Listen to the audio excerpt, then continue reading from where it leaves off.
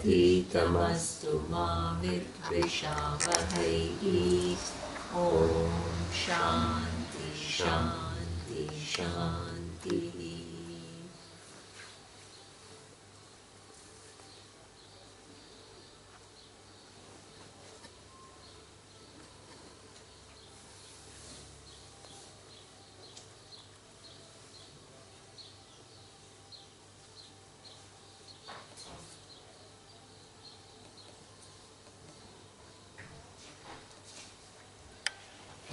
So, we saw, now we are talking about, see, up to now what we have seen is that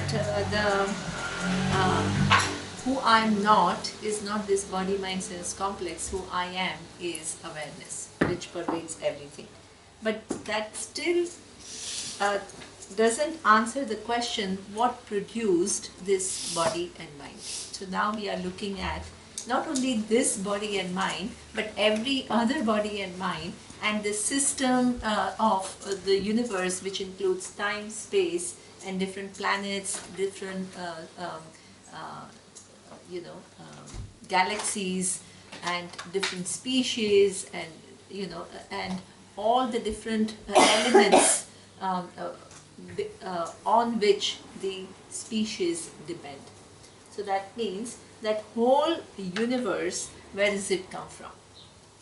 So the same awareness has, what we found is that the same awareness has that capacity to manifest in this Jagat. Manifest the Jagat. Jagat means the universe.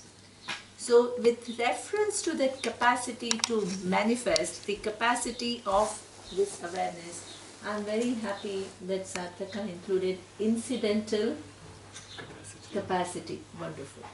Right? It's not an intrinsic capacity, it is an incidental capacity. Can you put another word for incidental? Incidental because means in Germany has it is different translations. Yeah, see, intrinsic, we make a distinction between intrinsic and incidental.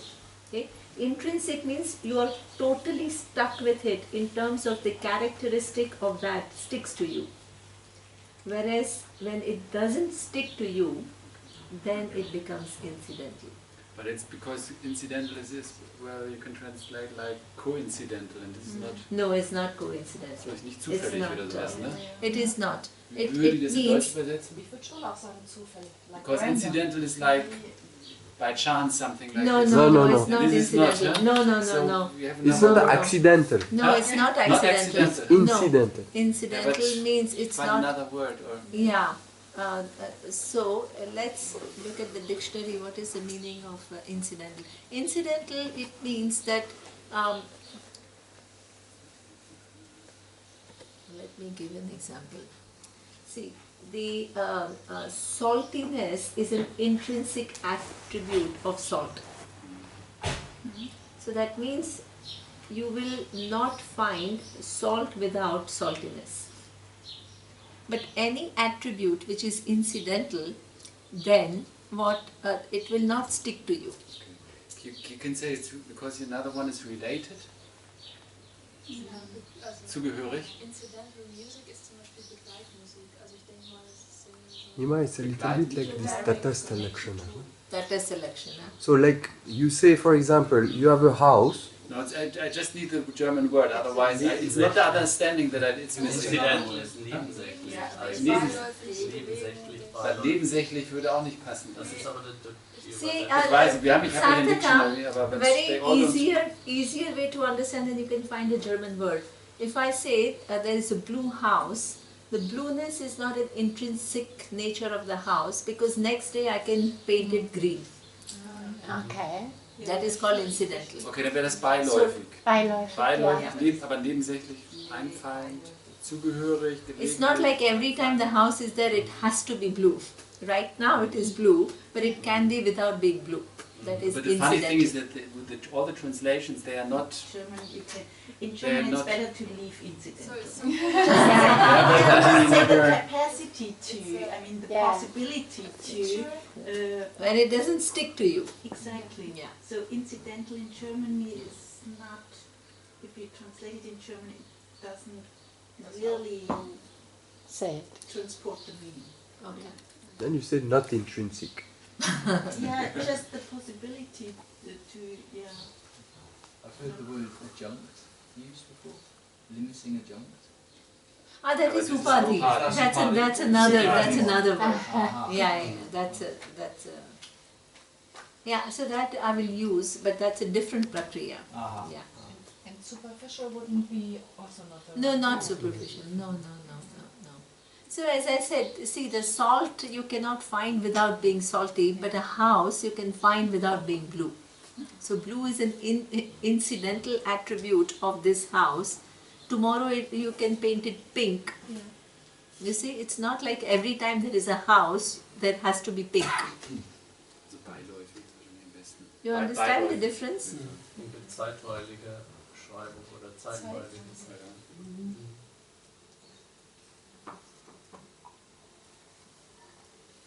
Muss mir noch mal einer sagen, was dahinter steht für Manifest and? Unmanifest. Okay. So that means this awareness can manifest the universe. So for that manifestation, there is a Shakti, the capacity.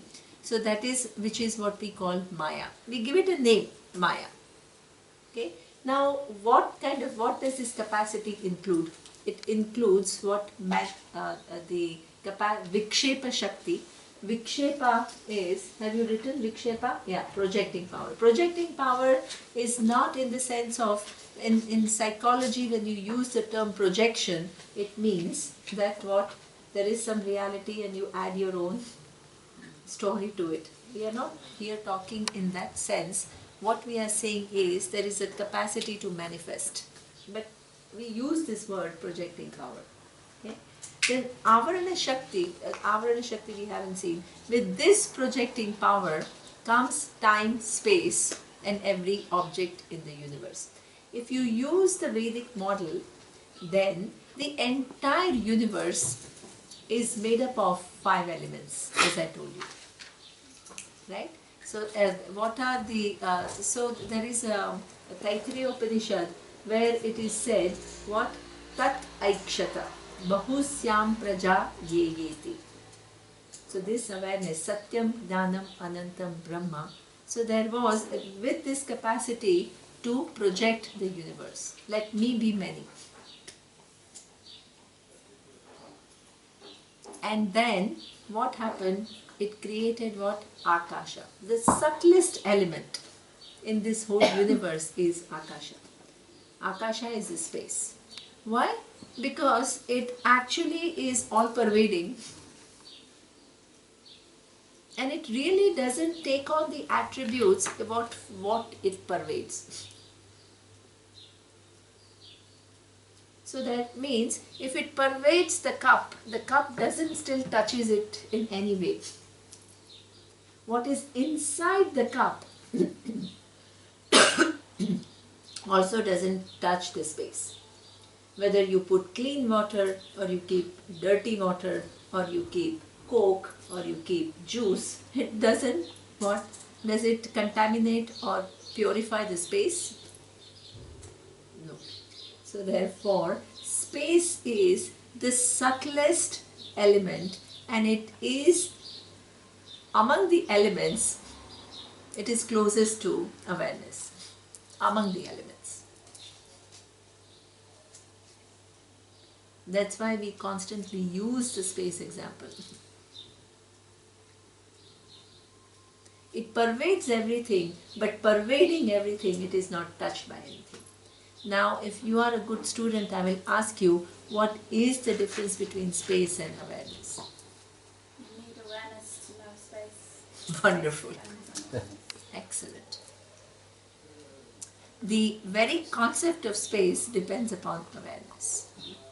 So that means the space, even though it pervades everything, it enjoys the same order of reality as everything else. There is no Satya-Mithya relationship between other elements and space. Between awareness and space, there is a relationship, and that is what Satya and Mithya relationship. awareness doesn't depend upon space for its existence. The space cannot come without the presence of awareness. The coming of the space, which is what we call the manifestation of the universe, is because of what? The projecting capacity of this awareness, Maya Shakti of this awareness.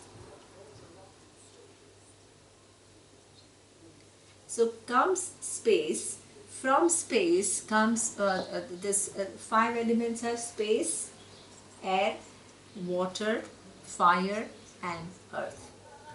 The entire universe is what? Different permutations and combinations of these 5 elements. You will find, as I told you, space everywhere, air is everywhere, then waters are there, even outside and inside your body. Space is outside and inside. Air is inside and outside. Fire is outside and inside.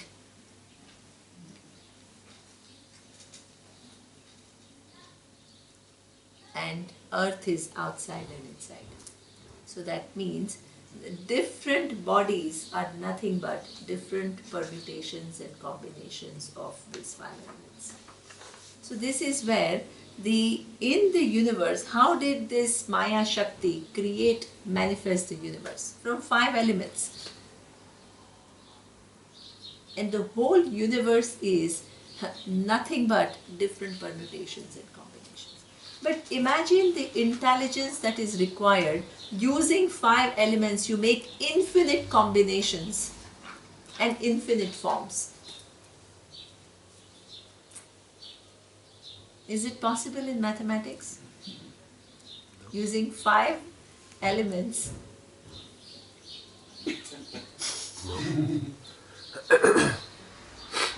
Okay, because these 5 elements themselves depend upon awareness, which is limitless.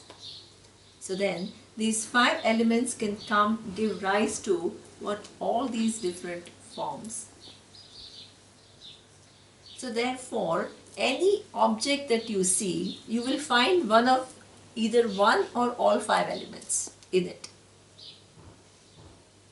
But it is not just 5 elements randomly put together, they are intelligently put together. So this manifestation, when it uses these 5 elements, they are used intelligently. So this knowledge and power that is able to manifest universe with a certain design, which is an extremely intricate design where there is what? Interdependence, and in any given form there is what? A lot of knowledge, and in other form also there is a lot of knowledge, and what connects the 2 forms, which are series of laws, there is also a lot of knowledge.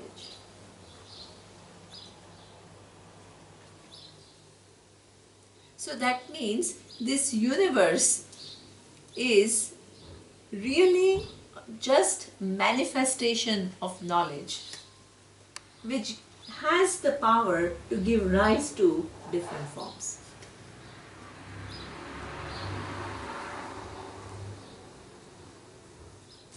So therefore, this Ishvara, Sarvajnaha, Sarvashaktiman Ishvara, which is the cause of the universe, where is it, that intelligence, the all knowledge and all power, where is it in the universe? Is there an entity who has all knowledge and all power and then made the universe? The knowledge and power is everywhere in the universe.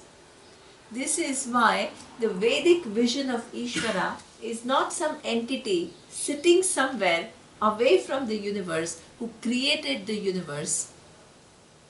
The Vedic vision of Ishvara, the cause of the universe, is it pervades the universe.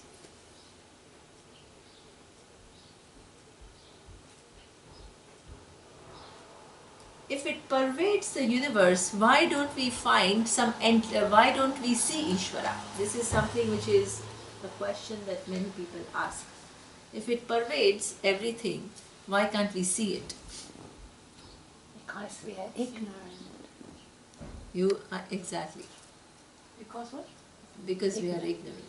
But if you lift your ignorance, now you have some answer? You were? No. Okay. Yeah. So that means, sorry? Because we don't think about. We don't think about it. Exactly. Our whole focus is in the forms. But we don't think about the intelligence which puts together the forms. That intelligence which is putting together this form is not somewhere outside, it is right now here. Billions of cells are coordinating their activities. You are able to listen to me. Your own thinking processes may still be going on about something else. What is lunch? Right? And your digestive system is going on. Your circulatory system is going on. The whole intelligence, without you doing anything as an individual. There is an intelligence at work right now here. And there is intelligence at work right now there. And there is an intelligence at work in what creating space in which both forms can be accommodated.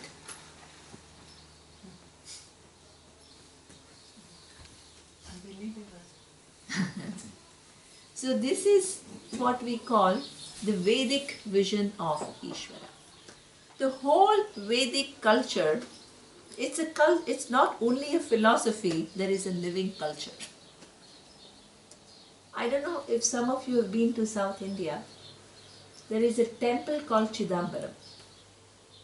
Chidambaram, in that temple, Ishvara, the Lord, is worshipped in form of Ambaram. Ambaram is space.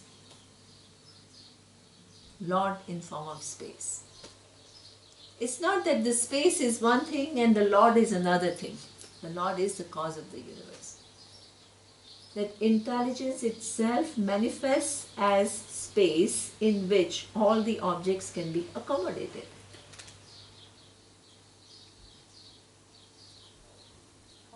How do they perform this?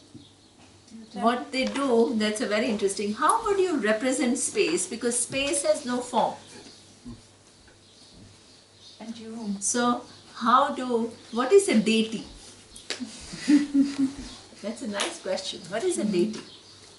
So what they do, they call it Chidambaram Rahasyam. Rahasya means secret. And the secret is, I will tell you, that there is a kind of a golden garland which is there. But where is the form to which it is attached? There is no form. This is a representation of space. Formless. The garland is Hanging and adorning space. Space.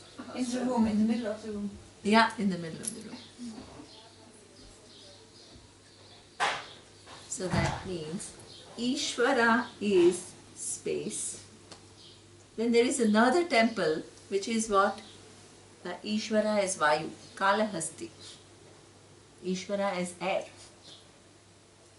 The intelligence which makes air what it is. 2 hydrogen atoms. No, that is not air. Air is that is water. What is air? It's So several many gases, different yeah. gases together, all put together. Kalahasti. Ishvara as air. Then Ishvara as Agni. So many of you have been to Tiruvannamalai. Did you know that the Lord Shiva there is one of the elements which is Agni?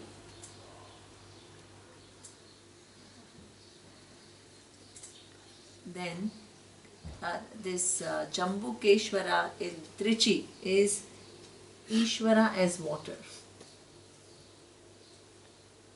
And then there is another one which is what Ishvara as earth. Ishvara as water is also Ganga, no? Yeah, is Ganga. Absolutely. Avati. Yeah. So that means the 5 elements are manifestation of divinity.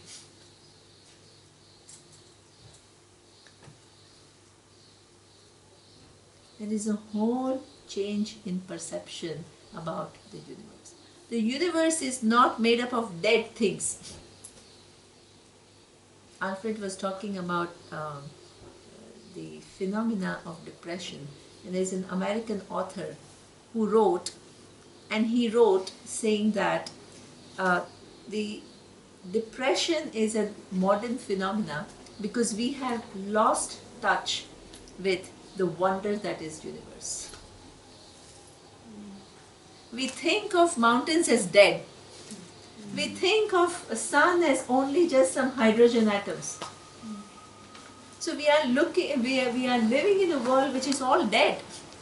Only few human beings which are just running around trying to do something. The whole universe is an intelligent design. And if you tune into that intelligent design, you are in awe. And you are not alone because you are part of that whole design. You are not outside it. You are not an isolated person. You are connected.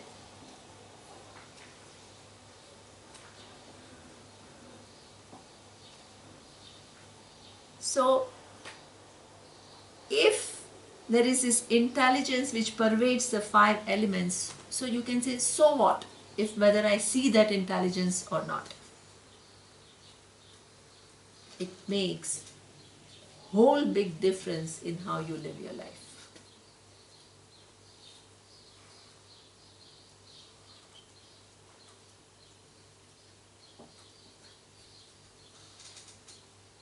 You will not conclude that what life is meaningless. It's not possible.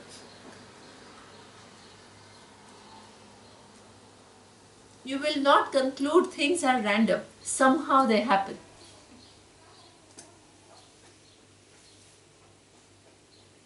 And you yourself are manifestation of that intelligence. Don't forget yourself. When you look at the 5 elements, here also there are 5 elements. And here also there is an intelligent design which is making those 5 elements and giving this form and giving this shape to this body. So when I went to the US, people used to ask why Indians put this tika. And I didn't know. So I just gave some, oh yeah, when you get married, you put something, and I gave some story which was totally wrong. Everybody believed. And everybody believed because nobody knew any better, right? Here I'm not. Then my teacher told me that you not only see Ishvara in the elements and in the world, but you also see Ishvara where? In yourself. In yourself, in your body. And when you see Ishvara in your body, you do namaskara to your own body. What it does to your self-image. You're not seeing this body as, oh, this is not right, that is not right, I want to lose 2 kilos, I want to... you're seeing it as manifestation of this Ishvara. Your mind and its capabilities, its capacity to participate in the universe in a meaningful manner. That is also what manifestation of Ishvara. The sun is no longer what hydrogen atoms. There is an intelligence which places the sun where it is and makes it do all the different functions so that you can live. That is also manifestation of Ishvara. Water, as Yuta said, you go to Rishikesh and it's amazing to see people's relationship with that river. They may litter, may be true. But at the same time, we only talk about littering. We forget about the reverence they show to that river. Was in former times it was the same here. All Wonderful. the old traditional religions they had this to with nature. Yeah, even now I think in whole of South America, I mean all these ancient cultures, they all have. Yesterday they played the music in that cafe, and I asked Ruth, where is this music from? And she told me it is what? The American Indian yeah, tradition. American Indian tradition. And they are just praising the sun, and they are praising the ocean, they are praising the magnificence of the ocean. That mind is a different mind. Is able to tune in, there is a leisure there to see the magnificence. Magnificence. Magnificence. It was here. It was rooted out through the Christian when the Christian comes here and they put their church on the old traditional Kraftplätze, where in former time there were saluting to the sun also. Sacred places. The fire Sacred places. elements. Wonderful. That's a human connection, it's intuitive connection. Yeah, but they had to introduce. They want to change the people, no? But now it's Christian. So the thing is that in everything in this universe is manifestation. Every elements and elementals, all are manifestation of that intelligence. And not only that, now imagine, so they say, oh, but in India there are like lots and lots of gods. There are no lots and lots of gods and goddesses. They understand the presence of intelligence in everything. That's why they have different names. What is Brahma? That intelligence has a capacity at every moment to produce something new. By the time I start the sentence and I end the sentence, time has changed. From T1 to T3 or whatever.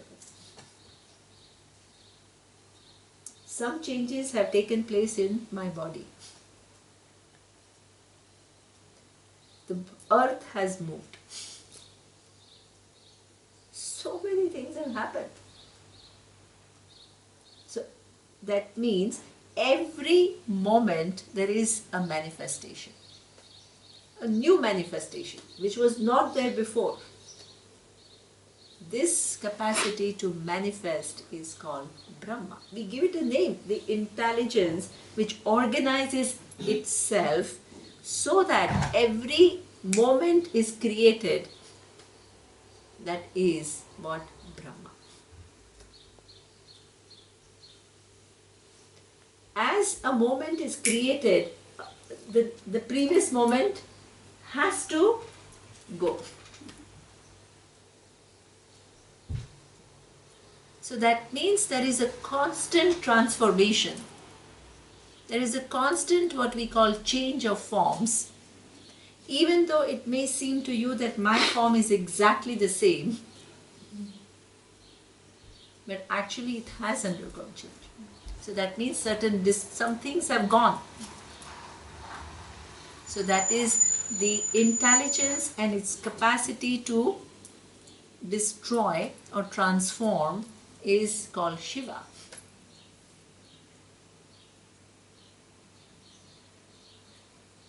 Between this constant birth and transformation or going away of the forms, there is a seeming stability.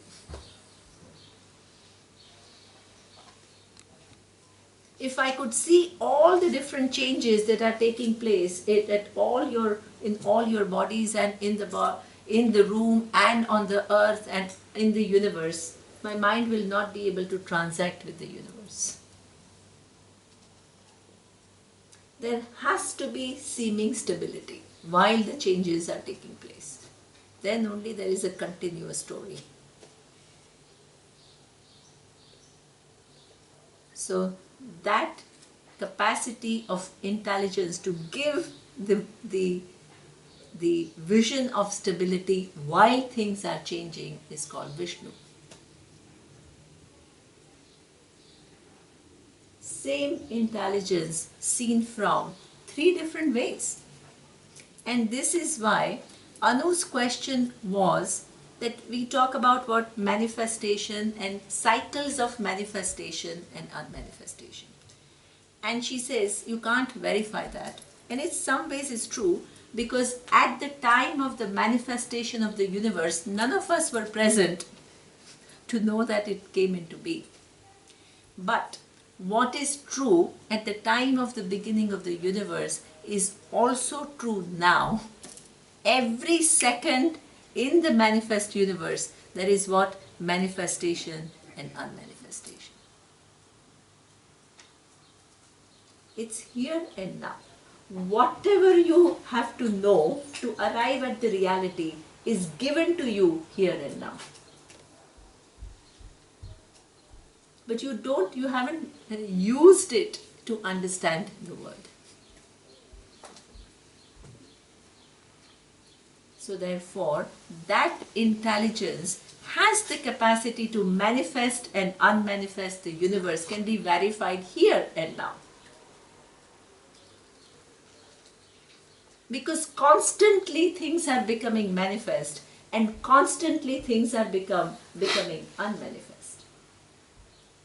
And there is that intelligence which governs at what moment what comes into manifestation and what becomes unmanifest. The presence of intelligence is always there. So this is why but we understand that presence, we give it different names, otherwise it governs everything. Governs everything means what?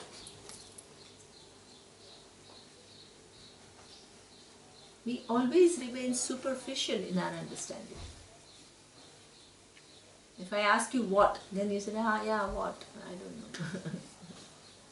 So therefore, the coming into manifestation of things, going back, then the stability.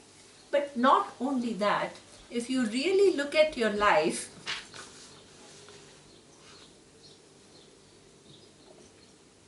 there are laws which govern how much, what brilliance you have, how much cognitive capacity that you have. Who governs that? There is an intelligence which governs according to your own karma what kind of mind you are going to be born with. Even if you have intelligence, in what degree you are going to have that intelligence. And even if you have big degree of intelligence, in which domain you are going to have that intelligence.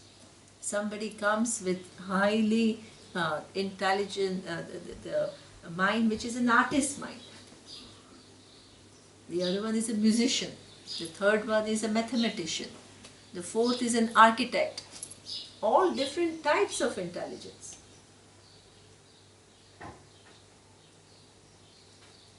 That law which governs all the different types of intelligence that we are all born with, we give it a name called Saraswati, Goddess Saraswati, Goddess of knowledge. And we pray to Goddess of Saraswati. If you want brilliance, you pray. It's not like you are stuck with this intelligence and then you are doomed forever. You are constantly acting in the universe and asking for help from the laws.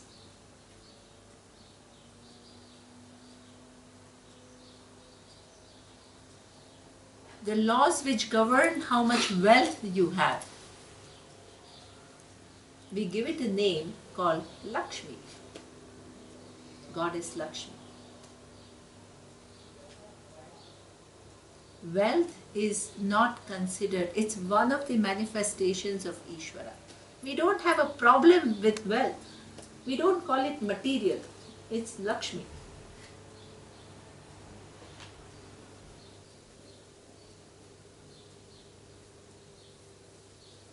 In Diwali, there are a lot of Indians who, Diwali is a very big festival. Lot of Indians, they don't go out for a holiday. Not because they don't have money, but because they say they have to stay at home and light lamps. And if you ask them why are they lighting lamps, to say to welcome Lakshmi.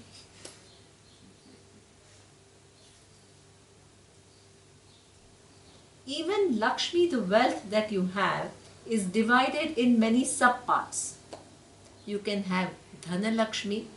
Dhana Lakshmi is not, you have financial resources. You have Dhanya Lakshmi. What is a Dhanya Lakshmi? You have good food to eat. That is also Lakshmi. Our teacher used to say, he was a funny person, so he always made jokes. So he said, he asked some people, he was, of course, we have a big institution in the US. So he would ask some Indians, that he said, oh, my wife is going to India now for a month. So he would just ask the husband, so what are you going to do for food? So the husband said, don't worry, she is cooked. And she is gone when she's going. So that means, for how long? 1 month.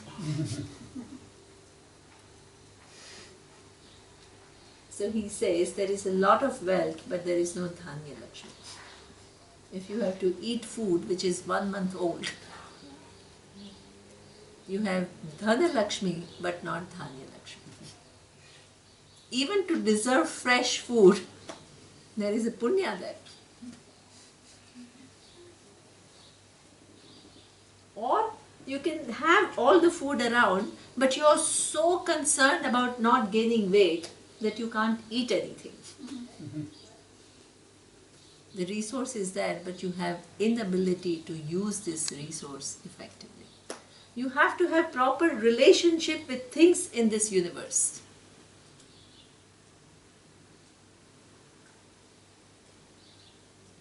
Dhanya Lakshmi. See food as Lakshmi. It is given to you, enjoy its presence. See how it can nourish your body. All attitudes, change in perception of things by your understanding things differently.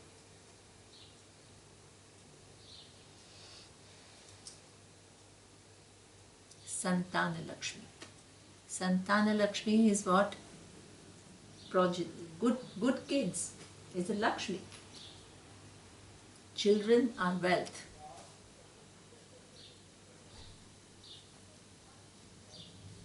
If the children are wealth, then what is your attitude towards those kids?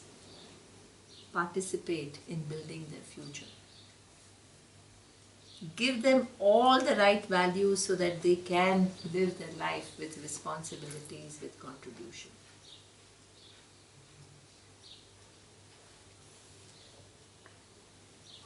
And not just leave them with what? Babysitters to look after them. Whole change of attitude. This is a wealth which is given to me and I need to what?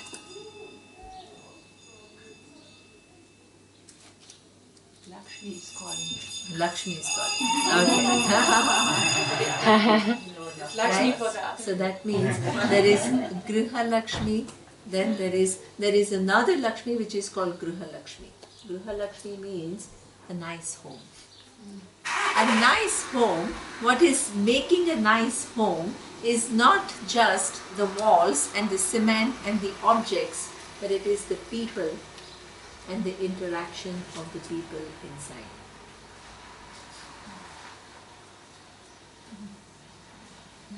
So that means that is also Lakshmi, it's a wealth, it's an amazing wealth.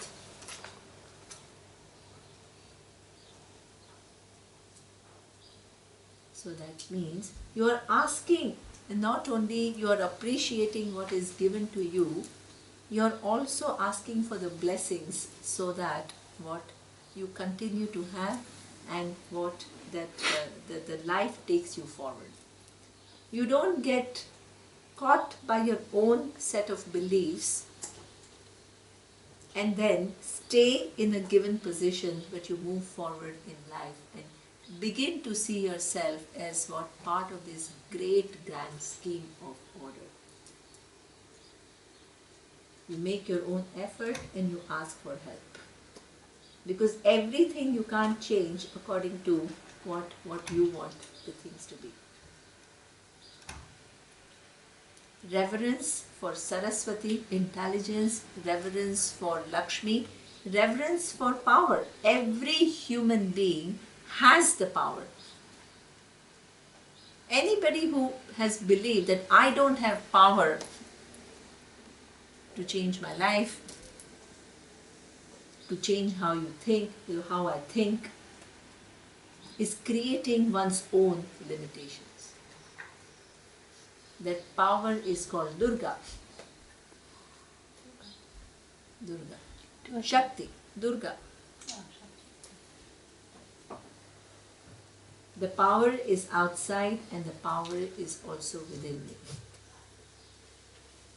To change myself, and if I feel that some other change is needed, to influence that change also.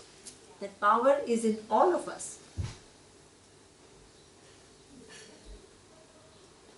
So that means this is what we call percolation of the knowledge.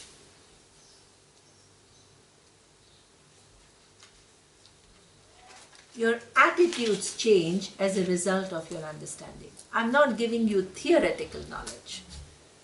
I'm making you see the intelligence and the manifestations of that intelligence which are already there.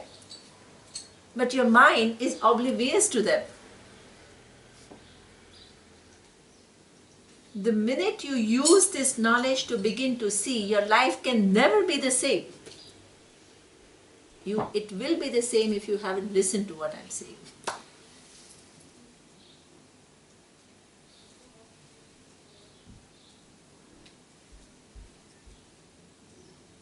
It is totally re-looking at the universe and understanding that every aspect of my life is pervaded by Ishvara.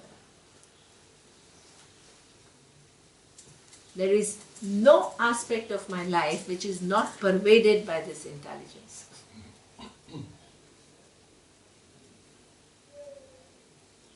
And this intelligence organizes within all these different manifestations. Dharma is another manifestation of this intelligence.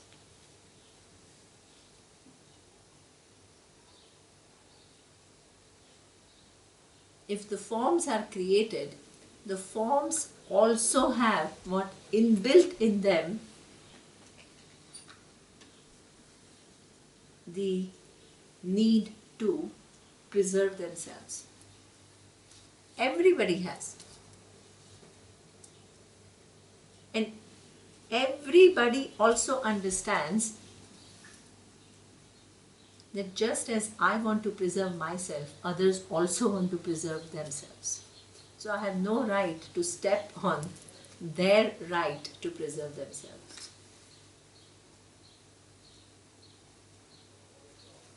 And if you go against that, then there are consequences. Law of karma. This intelligence organizes itself in not just law of dharma and karma, in all different laws which manifest the universe and keep it going.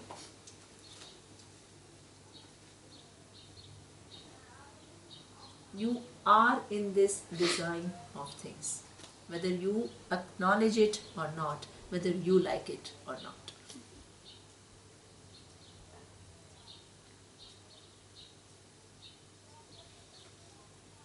So therefore, the psyche has to undergo a shift.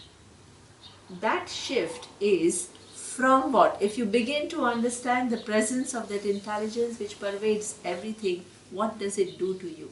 What does it do in terms of your living your day-to-day life? It takes you from the position of isolation to connection. You're connected to this whole grand scheme of things because you are pervaded by that intelligence and everything else is also pervaded by that intelligence. It takes you from dissatisfaction to gratitude. Our human mind is a funny mind. 100 things are working, but if one thing is not working, it is stuck on that one thing which is not working and plays a tape. This is not working, this is not right, how can things be like that? And a big story we create. Full volume. Sorry? Full volume. Full volume. And with that full volume also comes, unfortunately, our suffering. So that means that psyche which is constantly dissatisfied, you need to what? Change it into a psyche which is having gratitude.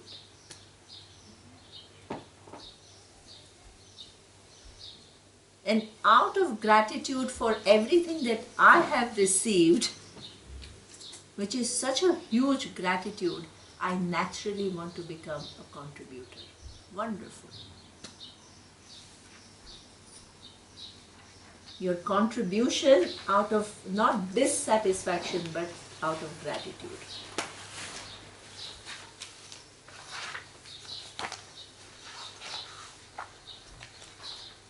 So therefore, it moves you from isolation to connection, from dissatisfaction to gratitude, and from being a grabber to being a contributor. If you choose not to be aware of this all-present intelligence, you remain an isolated person. You remain a dissatisfied person because your capacity to change things is very limited. And when you feel that I'm so small and the world is so big, in order to make yourself big, there is a natural tendency that you want to accumulate more. You will not change unless you go through this shift. Shift in what you understand of the universe and what is your position in the scheme of things.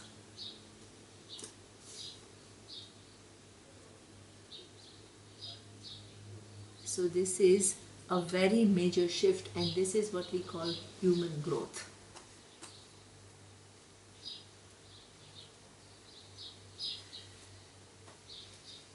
Your psyche needs to be embellished with this reality. I will give you an example through a wave. Imagine, so that means that, imagine a wave and a wave with a mind.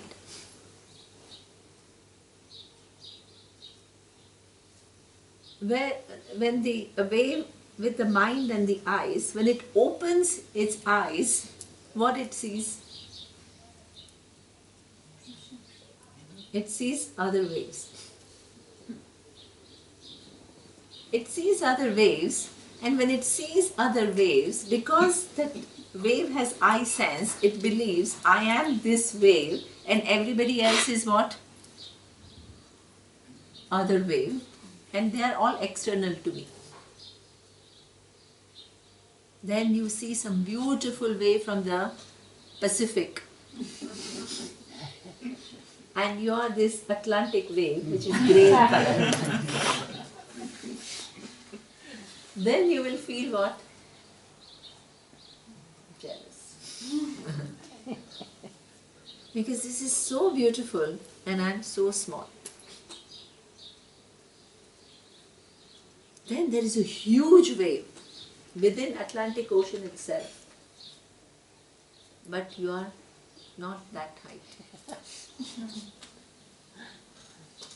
You keep comparing. This is natural. No matter how many workshops you go, be happy, be grateful. If you haven't shifted your vision, you will continue to feel like this. You need to have paradigm shift. What is that paradigm shift? The wave has to discover an entity which is always there, but it was not aware of. And what is that entity? Ocean. The wave has to understand that my waveness is there, but there is another entity where there is wave, there is what? Ocean. Where there is another wave, there is also ocean. Wherever there is any wave, it is within ocean. If your vision shifts, this is what we call paradigm shift. If your vision shifts from waveness to ocean, you move from duality to what? Oneness. Waves are many. How many oceans are there? In this case, imagine if it was one ocean. One ocean.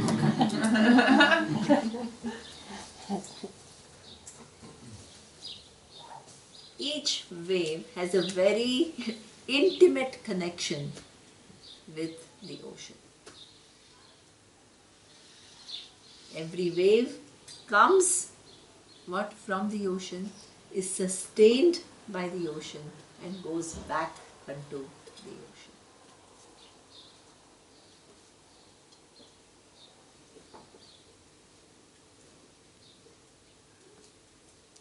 The wave, when it understands that everything is equally manifestation of ocean, and ocean is one system within which each wave has to play a part,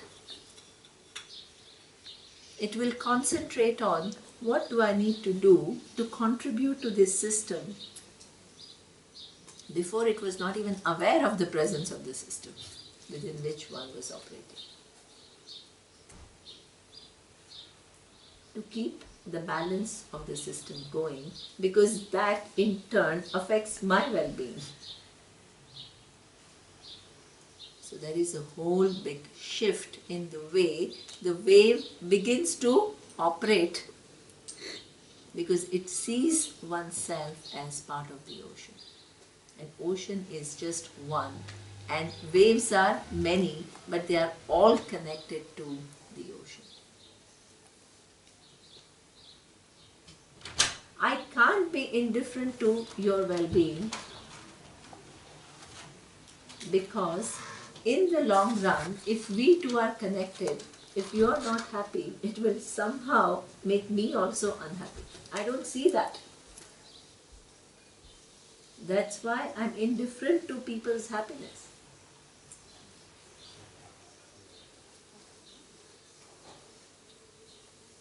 So therefore, one needs to bring in, now when the wave comes to know the ocean, is it positive thinking? No. Is it negative thinking? No. What thinking is this? Objective. Reality. Reality-based thinking. If there is the ocean, and if I, with my own volition, choose to ignore the presence of the ocean, I am fraught with this very partial vision of reality.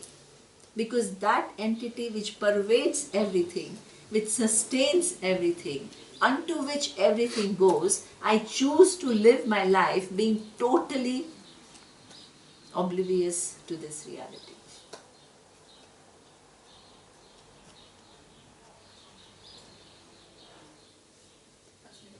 With this partial understanding, nobody can live a full life. You need that paradigm shift based on facts.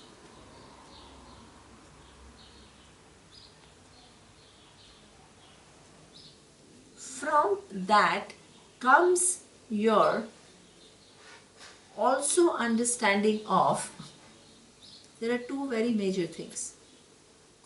That you don't control everything.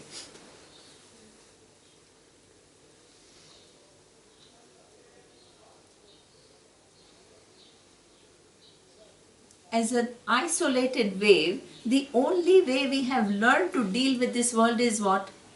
Try to manipulate the world and control it in a way that what? It suits my preferences.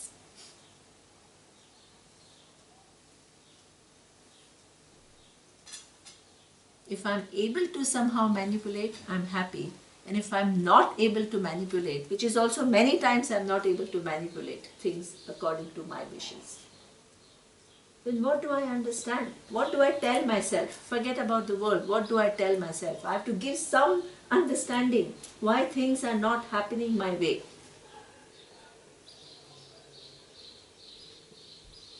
You have to give some meaning. Why? If I ask you why things don't happen, you want everybody to be all very responsible, but they are not. What will you do? Judge them. Sorry? Judge them. They are unfair. Being responsible myself. Sorry? Being responsible myself. Exactly. That's the only thing you can really do. The only thing you can really do is becoming responsible myself, and by becoming responsible myself, I can become an example for others.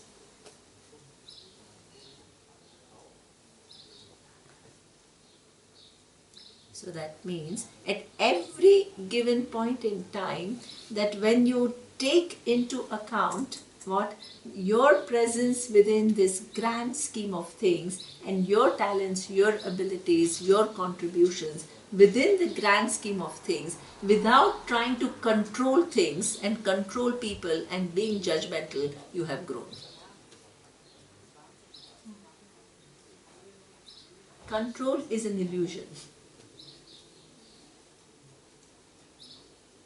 There is a very nice story about, the fact that you can't control things totally.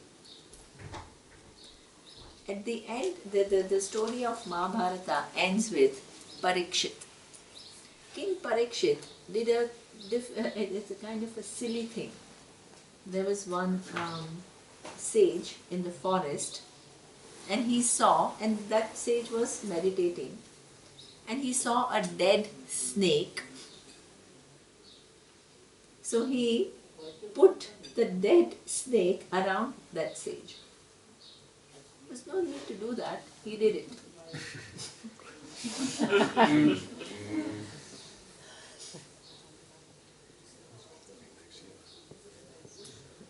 And the sage woke up from the meditation and he saw a dead snake around him. And Parikshit was feeling amused.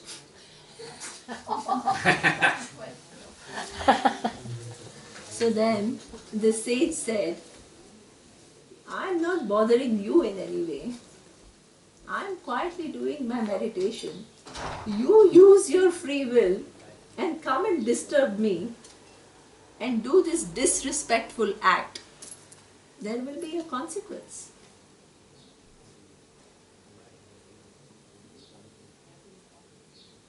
And the consequence was that he was going to have only 7 days left in his life.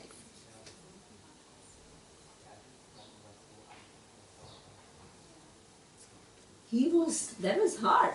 He was shaken. He didn't know what to do now. So he goes to Shuka, sage Shuka. And he says, now I have only 7 days to live. And you teach me that knowledge which will liberate me. Luckily, I had heard of something called moksha.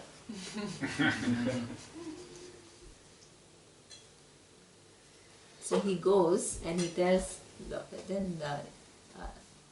what is the response of Lord Shuka?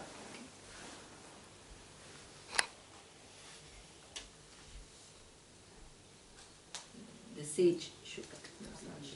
Sage Shuka. Sage Shuka told him, hey, you're lucky. What? I'm lucky? I'm going to live only for 7 days. He says, at least you're sure that you live for 7 days. I'm not sure what will happen to me next moment.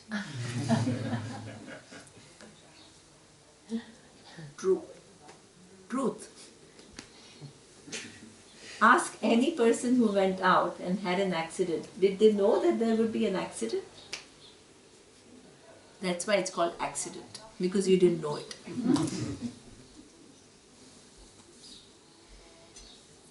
Anytime, anything can happen. And this is a fact.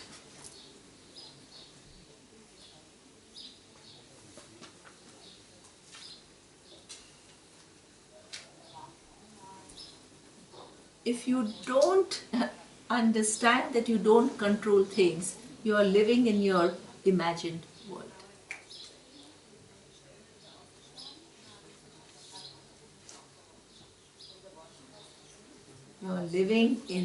You're not living in a totally, it's not like you are just not in control at all. That's not what it is.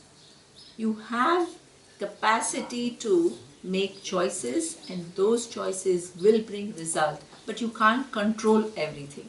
If you live your life like that, then you're objective. When I and Surya got married, our teacher said something beautiful. He said that you have decided to get married, and I have also participated in that selection.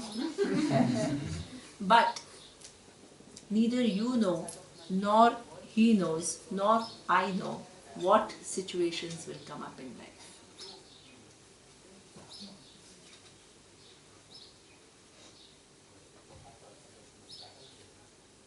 If you don't know, if he doesn't know, then what is the natural response? Fear and anxiety. Because you don't know, really you don't know what will come up.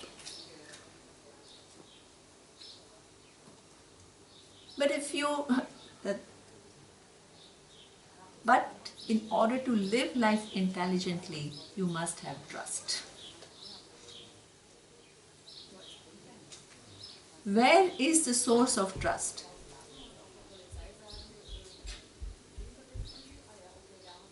The trust is only in what? The order of Ishvara. Because from your own standpoint, you can't pretend to first even know what is going to happen, let alone control it. You don't even know what is going to happen, where will you control it?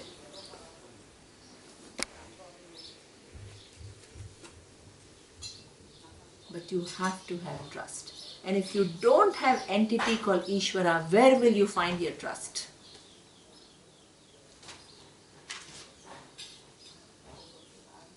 And a life which is lived without some amount of trust is a kind of a very empty life.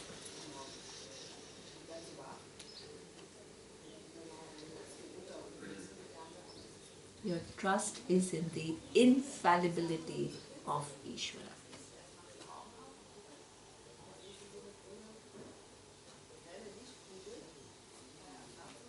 Infallibility of Ishvara means whether things happen, whether I like it or not,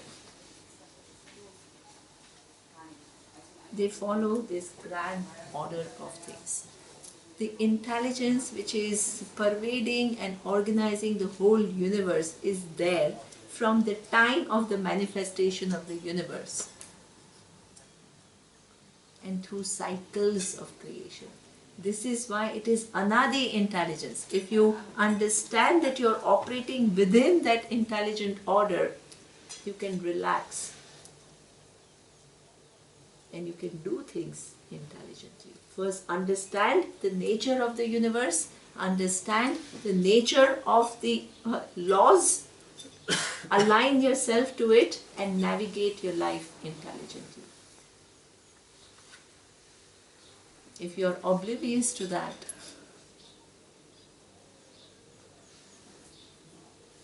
then then you don't get very far. Imagine if you are a boatman, a boat person, and you have to reach a destination. You have a boat. But if you are totally unaware of what the system, the river within which you are operating, you just have, I want to reach that destination. But if you don't study the flow, if you don't study the winds, and if you don't recognize their presence, how is your journey going to be?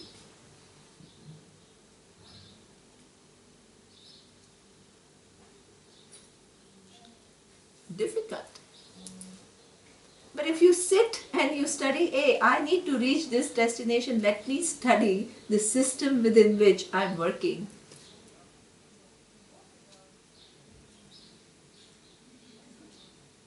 Then you will understand, hey, there could be whirlpools, there are winds, there is a flow where it is really very fast. What will you do? You will, if you want to reach this destination, you will guide your boat where you will work with the system. You will take your boat to that point where you use the flow to go to your destination. Your destination will become much easier.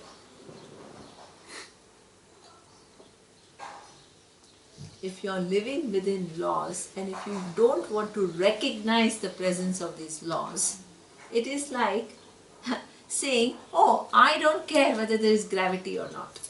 Ah, you don't care? Okay, go walk out there. Whether you care or not, the gravity will bring you down. Whether you recognize or not.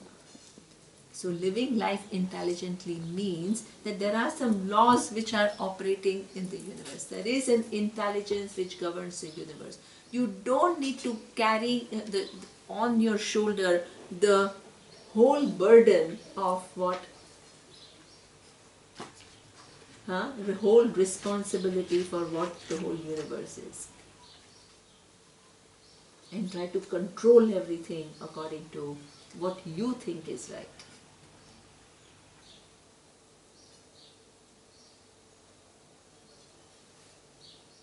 It will take a huge load off you. The more load it takes, the better actions you can do.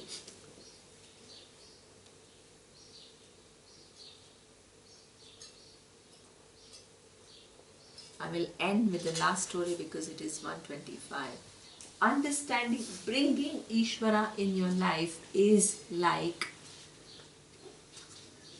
bringing the presence of, all pervading presence of Ishvara in your life is like,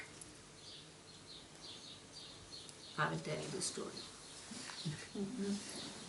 There was a man who was traveling by train and he was carrying basket of vegetables. So he was seeming tired, strained. So a co-passenger asked him, hey, why are you carrying this big basket of vegetable? Then this person started telling a story. You know, I'm from a small village. I didn't go to school. So I didn't go to school means what? I just have to sell vegetables to earn my living. But the village where I live is very small. So if I sell the villages there, it doesn't give me enough money to support myself. So I have to travel from village to village to sell the vegetables. And while the whole story was being told, there was this heaviness, there was this feeling of helplessness, there was this whole, burden, little bit of self-pity.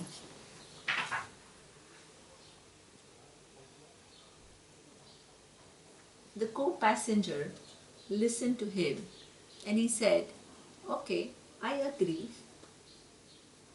I agree that you don't have enough education. I agree that you are living in a small village where you can't earn enough by selling your vegetables. I agree that you have to go from village to village. But right now, why don't you put the basket down, and who will carry it? The train will carry it.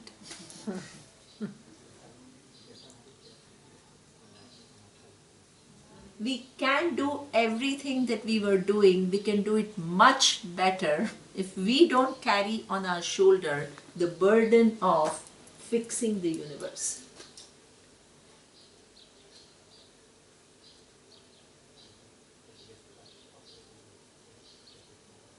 We can do much better. Because the train is there. You don't need to carry the burden. What is the train in this example? Ishvara's order, cause and effect. Everything is so intricate, so intricately designed. You can participate, true, you can be a good participant. But in that participation, if you carry the burden of controlling and changing according to your needs and all, you will be frustrated.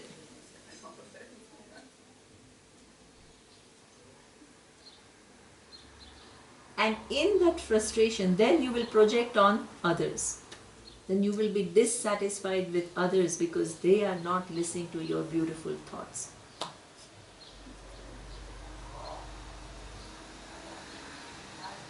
So that means you have to, if you are within Ishvara's order, take help of that Ishvara's order. You can do so much more than when you take on your responsibility solely, shoulder the responsibility of you wanting to be Ishvara.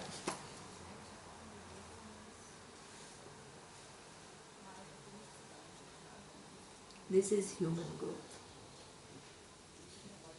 Being alive to what is and aligning your life to what is. That alignment at every level is needed until you become the person who's deserving of that big knowledge. You can't bypass these steps of alignment. Because bypassing the steps of alignment would mean you are not understanding the realities at that level. If you are not understanding reality at this level, how will you understand at another level, another paradigm shift?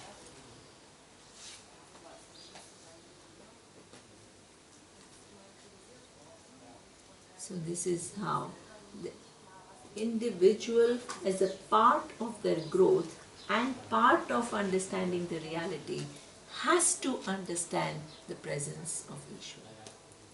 It's not just academic study of what is Maya. You have to change. If you understand the world differently, your interaction with the world has to change. This is why Vedanta is not just a philosophy, it's a spiritual pursuit. What is the difference between philosophy and spiritual pursuit? spiritual pursuit includes myself. Excellent. Philosophy is just knowing things that can be intellectual. I sit and I think, oh yeah, this is how, But spiritual pursuit means that when I rediscover the reality in a different way, it has to necessarily transform me.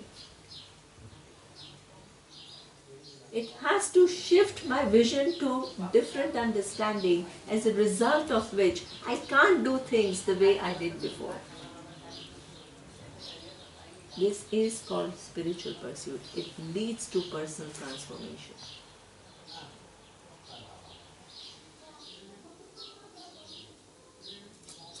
So that means a wave who is not aware of the presence of ocean and is aware of the presence of ocean will act differently.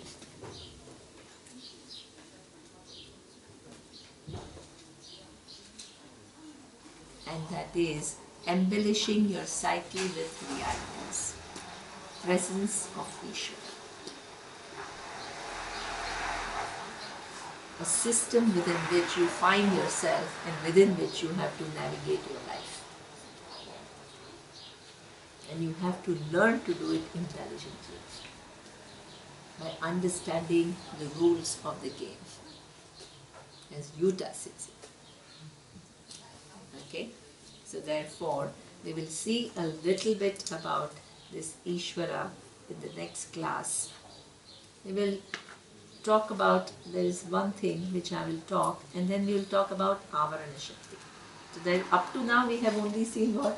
Vikshepa Shakti, which creates the whole universe and organizes it through series of laws. And how there is a presence of intelligence everywhere.